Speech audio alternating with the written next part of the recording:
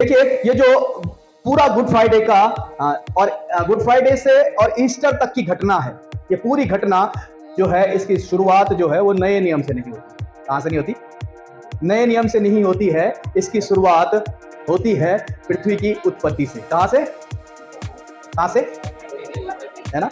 देखिए, जब आदम और हवा को बनाया जाता है तो उनको कहा जाता है कि वो जो एक आज्ञा है उसके अधीन उनको चलकर अपने जीवन को बिताना है, और उनको कहा गया था कि तुम उस आज्ञा के अधीन चलना और अपने जीवन को क्या करना? फलने फूलने की आशीषों से गुजारना, है ना? और ऐसा जीवन, एक ऐसा जीवन था जिसमें कि कोई भी मौत नहीं थी। कोई भी मौत उस जीवन में नहीं थी। वो अनंत जीवन का था, उनके लिए मौत नहीं थी उस वक्त, है ना? लेकिन आप सब इस बात को जानते हैं कि आज्ञा न मानने के कारण क्या हुआ? इंसान के जीवन में मौत आ गई। क्या आ गया? इंसान के जीवन में मौत आ गई, और मौत ने इंसान के ऊपर अपना कब्जा कर लिया। आप समझते हैं मौत कहां से आई है? ये वहीं से आई है।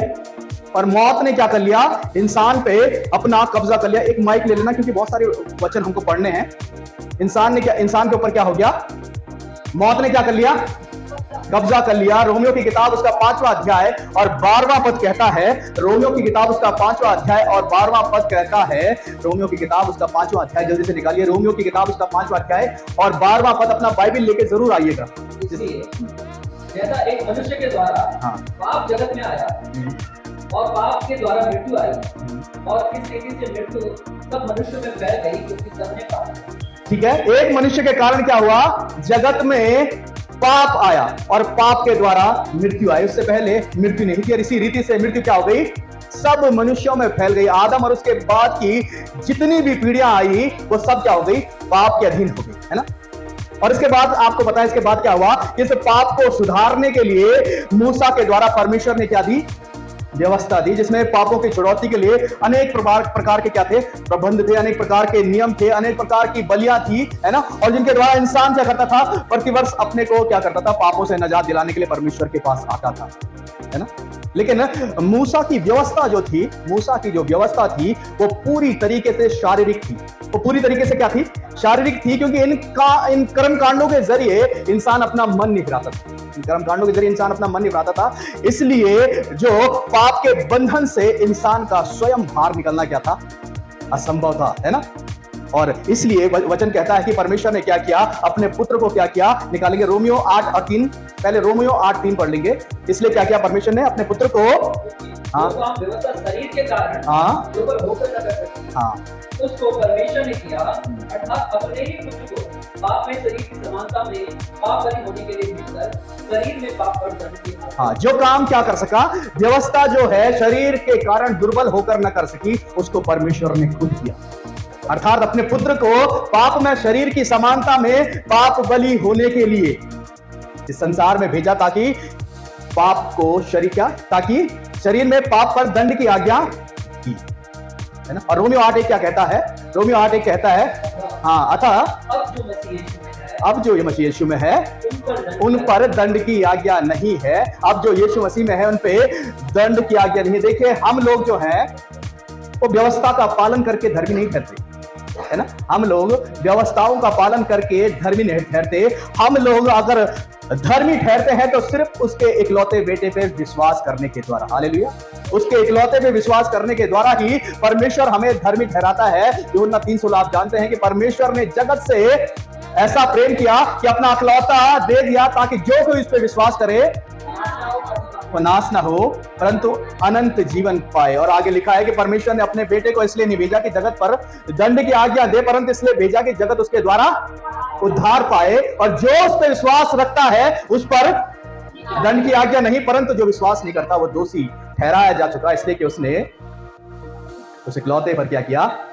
विश्वास नहीं किया, है ना? देखिए, अगर हम निकालेंगे रोमियो की किताब उसका 6वां अध्याय और 23वां पद, लिखा है, क्योंकि पाप की मजदूरी तो मृत्यु है, परंतु परमेश्वर का वरदान हमारे प्रभु मसीह यीशु में अनंत जीवन है। हालेलुया!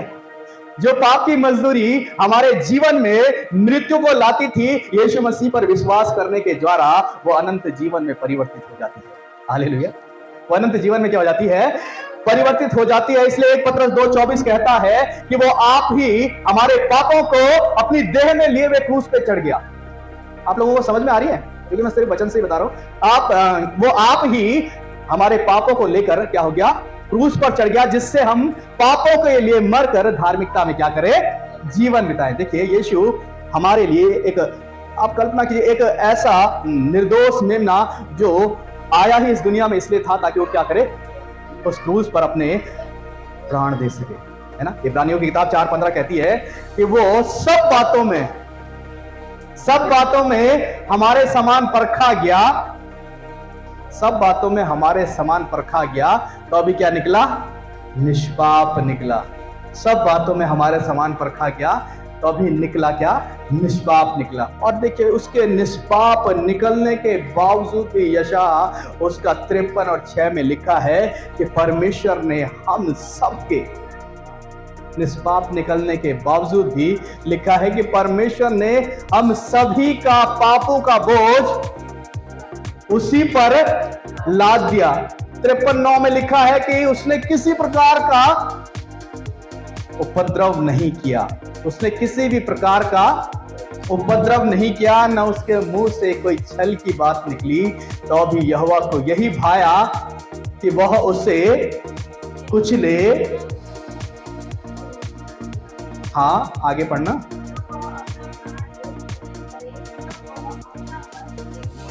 हाँ, जब वो अपना प्राण दोष बलि करे तब वो अपना वंश को देखने पाएगा। सोचिए उस सीन को, एक व्यक्ति है जो सब बातों में परखा तो गया, तो भी निष्पाप निकला और हमारे गुनाहों के लिए उस क्रूस पे चढ़ा हुआ है ना।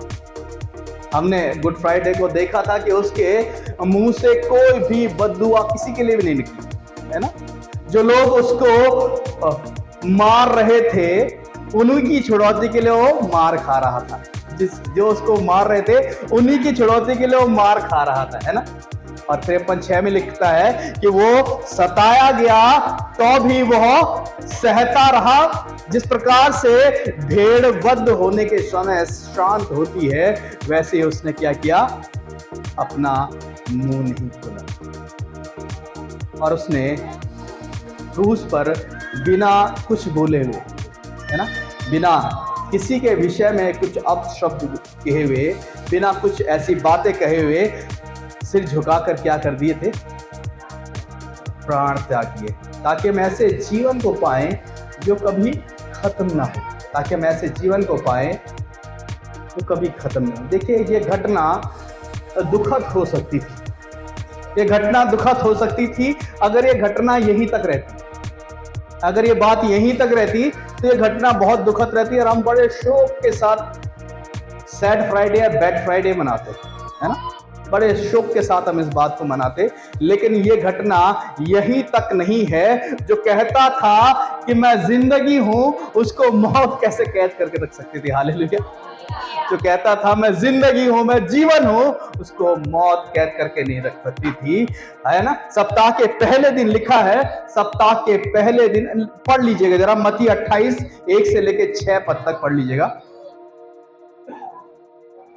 मत्ती उसका 28वां अध्याय 1 से लेके 6 पद। सप्त के दिन के बाद सप्ताह के पहले दिन पौ फटते ही मरियम मगदलिनी और दूसरी मरियम कब्र को देखने आईं, और देखो एक बड़ा भूकंप हुआ, क्योंकि प्रभु का एक दूत स्वर्ग से उतरा और पास आकर उसने पत्थर को लुढ़का दिया और उस पर बैठ गया। उसका रूप बिजली का सा और उसका वस्त्र पाले के समान उज्जवल था। उसके भय से पहरुए कांप उठे और मृतक समान हो गए। स्वर्गदूत ने स्त्रियों से कहा, मत डरो, मैं जानता हूं कि तुम यीशु को जो क्रूस पर चढ़ाया गया था ढूंढती हो। वह यहाँ नहीं है, परंतु अपने वचन के अनुसार जी उठा है। आओ यह स्थान देखो। वह यहाँ नहीं, परंतु अपने वचन के अनुसार क्या हो गया है, जी उठा। हालेलुया।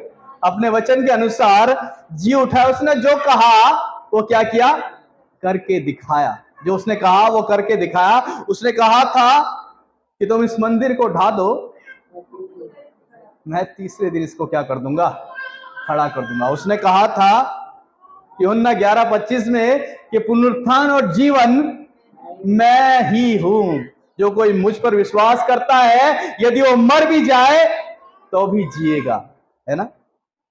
यीशु मसीह के मारे जाने, गाड़े जाने और फिर से जी उठने के द्वारा जो मृत्यु का बंधन, जिस मृत्यु के बंधन में हम थे, जो आदम के समय से हमारे जीवन में आ रहा था, वो बंधन हमेशा हमेशा के लिए क्या हो गया, टूट गया, है ना। यशायाह नबी की किताब में आपने पढ़ा है 25वें अध्याय में और 8वें पद में कि वो मृत्यु का सदा के लिए क्या करेगा, नाश करेगा, है ना। उसने अपना वायदा पूरा किया और उसका ऐसा कोई भी वायदा नहीं। देखिए इतनी सारी बातें, इतनी सारी भविष्यवाणियां, एक एक बातें उसने पूरी की हैं, उसका एक भी वादा ऐसा नहीं था जो कि पूरा नहीं हुआ। कोई भी ऐसा वादा नहीं था जो पूरा नहीं हुआ, हर एक वादा उसका पूरा हुआ, हालेलुया। और उसके आने का वादा भी होगा पूरा, देखेगा सारा जहां। सो परमेश्वर का धन्यवाद हो, एक बार तालियां बजाएंगे।